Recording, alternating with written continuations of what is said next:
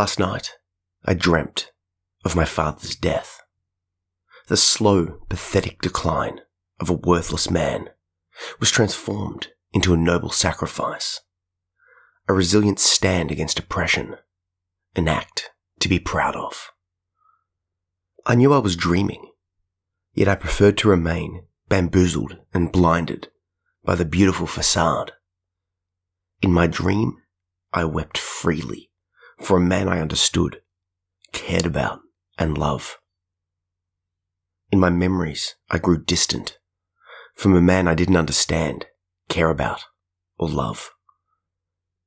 I woke conflicted. Are my dreams telling me that my memories are fiction? That these feelings felt in the facade are more fact than fear? Or perhaps I'm only questioning because my reality was wretched, and that dream, like others of its kind, were a requiem for what could have been. So that was a poem from my latest collection, A Requiem for What Could Have Been, Poetry for the Broken. And it's out now as a paperback, ebook, audio, hardcover, everywhere you can get it. And I'll put a link in the show notes if you're interested. It's 141 of my latest poems, and it's my best work yet. So I'm going to start sharing a poem from the book each podcast that I do. Not that I do these podcasts all too often, but that's where we're at. So what's happened recently has led me to a bit of a revelation in my way of thinking and looking at mental health and all of that sort of stuff. The short summary is due to reasons outside of my control, I've lost my job. Nothing to do with performance on my end. It's a funding issue, effectively.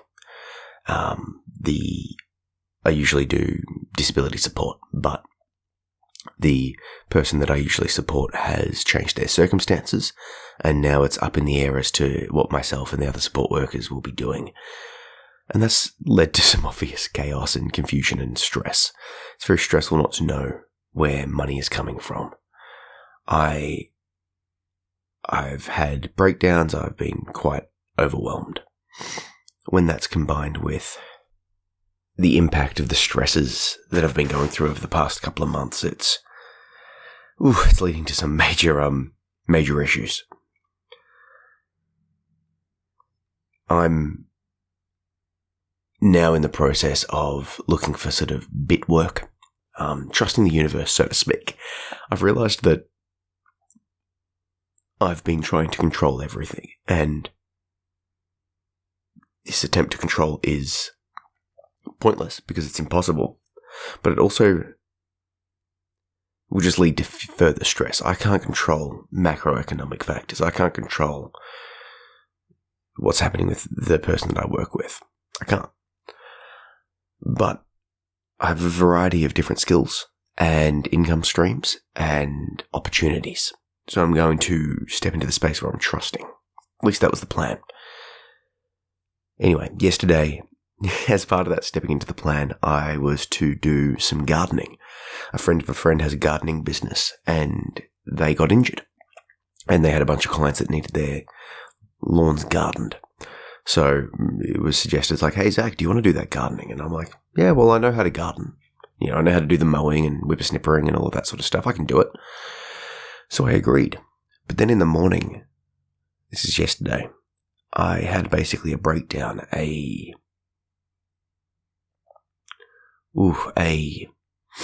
panic attack, I suppose you could call it. And it became quite overwhelming for me. I realized that I was so worried about doing something I haven't done before, about, what if I mowed the wrong lawn? You turn up at people's houses and they're not there, so you just start mowing. What if I got the address wrong? Just all of this just stupid anxiety stuff that felt so problematic at the time. So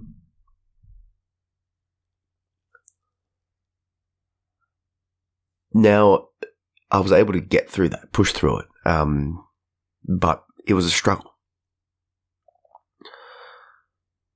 However, whilst doing the gardening, whilst I was actually doing the gardening, I decided, okay, I've got 6 hours on the mower with, maybe 2 or 3 hours driving between the clients. I've got another 3 this morning weeding. I decided to not listen to music, not listen to podcasts, just be in my brain and just enjoy it as a meditative experience. And that's what I did. And it was quite revolutionary. I want to know what this anxiety block is, what this business block is. What I want to start doing soon is doing guided poetry writing workshops. I want to speak on stage. I want to share my journey in front of people. But there's a block there, and the block isn't doing that work. It's sort of the liaising, the acquiring, the setting up. It's making something myself. If someone was to say to me, like, hey, Zach, speak to this group of people now about this topic, I could do it. But if I was to organize it, there's a lot of anxiety there, and I want to try and work through that anxiety. What's the problem? So I discovered a couple of things. Mainly, I discovered that I'm a perfectionist. I discovered that I struggle with like a fear of rejection, perfectionism, fear of failure, and the fear of the judgment on me. I realized that I'll put more direct care and concern into something that ultimately won't be seen, doesn't matter, and isn't really even to do with me. For example, the gardening. I'm doing this gardening and I'm trying to make it perfect. The first job I spent far too long on, it was only an hour, billed for an hour's of time, but I might have went over that, worrying about each blade of grass, for lack of a better expression. Even when the client won't even notice it. They look out, you see it. It's a perception thing. The garden looks fine. It's not, unless it's egregiously wrong, it's not cared about, right? Whereas with my own stuff, with my own books and all this sort of stuff, I've accepted this 80% sort of situation.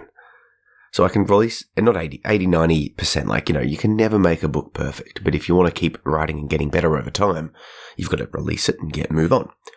But I haven't been able to accept that with certain things for myself. I struggle to do my taxes. I struggle to, like I said, make these connections. There's certain things that I struggle to do. So that's what I discovered when I was doing this mowing, and it was so super insightful. And I also discovered that I worry, obviously, but I had this thought, this little catchphrase. The thought of the moment is worse than the moment. I was worried about meeting this person to pick up all of the gear to work out how to do this job. I was worried that I wouldn't know how to mow it. I was worried about all these different things. But doing it was fine, obviously. It's just mowing. But the thought of the moment is worse than the moment. And then I also realized that I extrapolate a moment of annoyance to being my whole life. I'm envisioning it in my mind. What if this is what life is like for the rest of my life? What if I have to do mowing for the rest of my life? Obviously I don't. But like those two combined, going, oh my God, I don't know how to do this, and it's going to be like this forever. Knowing those points, knowing that I'm doing that helps to overcome it. Now, this has been sort of combined with my most recent psychology experience. My psychologist gave me the homework to do 20 minutes of meditation every morning, and then every time I watch beeps on the hour, to do another 2 minutes of calm breathing to lower the nervous system. And it's been so good. It's been beautiful. So it's helping me down this path. But what I'm adding to this is a jiu-jitsu mental state analogy. I train Brazilian jiu-jitsu, and in this martial art, if you get submitted, i.e. someone tries to choke you or break your arm or whatever, you tap and you start again. But if you want to do well, you need to learn from those taps so it doesn't happen again. It's like, why did this person get me? And usually it's not a matter of them being stronger than you. It's a technique that they applied to you, or most likely that you stuffed up on. I turned the wrong way, I didn't move, yada yada. It's on me. So what I've started to do is track my track my breakdowns, track the causes of my breakdowns, and then work out a solution. And I go, applying the jiu-jitsu logic of like, okay, I had a breakdown. That's fine. That's just like tapping. In jiu-jitsu, if you tap, it's okay. That's just the game. Let's just make anxiety a game for a moment. Make my mental issues a game for the moment. If I tap, it's okay. Start again. But let's learn from it. So for example, I'm writing down now what caused me to tap yesterday. Fear of the unknown, something new. All right. And extrapolating potential bad moments into my entire life. And it's about working out solutions to those two problems. So the solution is to breathe, be calm, take a step back, remind myself that the thought of the moment is worse than the moment. Doing whatever that work is fine. I'll be able to talk with people, yada yada. And remind myself that, yeah, this moment is happening now, but that's not ongoing. I'm also starting to really see a lot of lessons from jiu-jitsu apply to my life. Last night we were training and the coach said there are no perfect positions. We were training escapes. Someone's pinning you down from side control or mount. They're on top of you. How do you escape? If you can't escape, you can't do all of the fun stuff. And sometimes when you're on the bottom, it's claustrophobic. It's fear-inducing. It feels hopeless. Someone's bigger than you, stronger than you, more technical than you, and you just are pinned, and it sucks. But he highlighted that if someone's holding you in one way, they're exposed in another way. They move to transition because you do something. That movement creates space. In that space, you can escape. And we practiced it. Little movements, not overexertions. I'm like, it blew my mind. I already sort of knew this, but far out, it blew my mind. There are no perfect positions, but let's apply that back to life. There's no perfect positions, but there are opportunities everywhere. And the final thing I wanted to highlight, in the background of all of this, I'm aware that I'm building up my presence online and the income from my online work, the books, all of that sort of stuff, the teaching on Skillshare and Insight Timer, all of these things I'm doing. And when I, as well as, planning to do the workshops and stuff. But I realized I had this focus. Yes, on creating art and expressing it, of course. But I was limiting myself. I was doing the art and putting it out there with a focus on making money. I was putting out courses on Insight Timer, wanting to, yes, help people and project and do these things, but I wanted money. I need to live, obviously. But what I realized that was doing was making me very nearsighted. What if I instead put the same content out, put the same art out, but with the intention of not just putting the art out, not just making money, but like way many more steps down the line of changing the fucking world? What if that's my goal? What if I have this vision?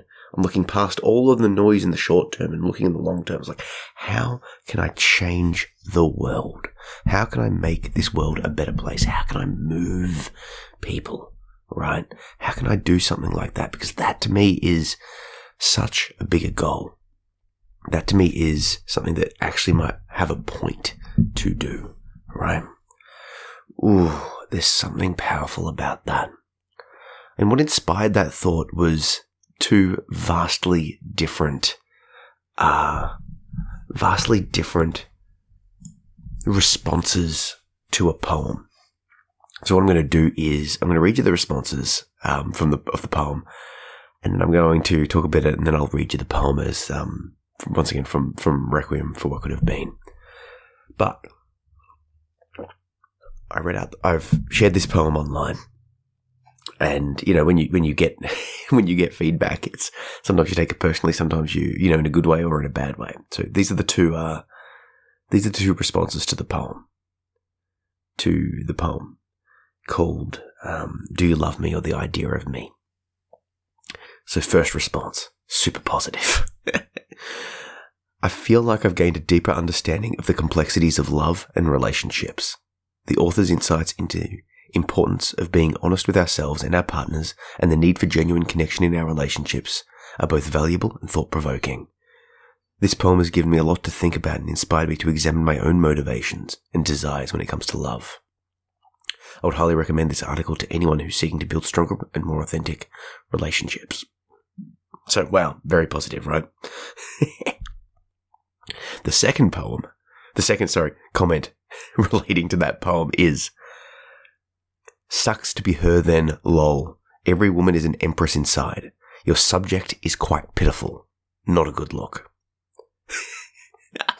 So I just love the I get these two comments on or across different mediums, different platforms where I've released this same poem, basically within the same time frame, and it's hilarious to me that the first person can be so moved, like, life-changing revelation from my work, and the second person thinks it's basically pathetic. One of the things that helped me to release and share and sort of do this work online is to not take feedback personally. The quote is, "You are not as good or as bad as you think you are." I'm actually working on doing a book I'm nearly through called How to Write Evocative Poetry. Unlock Your Creativity. This book will cover a variety. It's about 40,000 words. It's got everything on how to get your work out there, how to write it, how to unlock your creativity, how to get feedback, all of this sort of stuff, how to make your poetry pop. It's also going to have creative writing for healing in there as well. It's going to be like a masterclass on poetry writing. And in there, I put the quote. Not sure where I heard it from first, but you are not as good or as bad as you think you are. And these two responses side by side really highlight that. For the first person, I'm making those changes. It's amazing. I'm so grateful that my work has been able to resonate with that person so much. And for the second person, fair enough. They're entitled to their opinion, but I'm not going to take either one personally. Like, I'm not going to think that every one of my work from now on, whatever I write, will unlock this beauty in the world. Nor will I think that my subjects are pitiful. I'm just going to write for myself and hopefully attract people like the first person to my work so that they like more of my work and share it and spread it and all of that sort of stuff. And the second person, well, stuff them. I'm just going to ignore them and keep moving on. Anyway, I'll read you that poem as well. Do you love me or the idea of me? I may be your dream girl, but I'm real, and that reality is different from your fantasy. How often must we fight just to clarify that you expected me to speak differently? How many tears must fall to realize that you expected me to be something I'm not? If you love me, please drop your expectations and open your eyes to the real me. My body has blemishes. I will lose my temper. I judge unfairly. I get things wrong. I'm not perfect. No one is. Unless, of course, they're just a dream. So that poem was both, according to commenters, quite amazing or quite pitiful. I'll let you decide. But if you think it's amazing, or if you're curious about that poem, you want to see my latest work, grab a copy of the book, A Requiem for What Could Have Been, Poetry for the Broken. It's out now as a paperback, ebook, and audiobook. So all of the, and hardcover, all of the formats. It's selling quite well. It's received the #1 new release for poetry in Oceania, Australia. And it's doing quite well. Down that regard, a few great reviews. I'd like some more, but they're all 5-star, which I'm very happy with. And it's got my best work yet. Anyway, with that, I'm going to get myself ready to do some gardening and embrace this new aspect of my life. The final thing, I just remember that I realized when I was doing the mowing was, if you feel like you're struggling, that's just your origin story. You're living it. If we embody that in a superhero, You're just living your origin story. Transformation is coming. Anyway, with that, catch ya.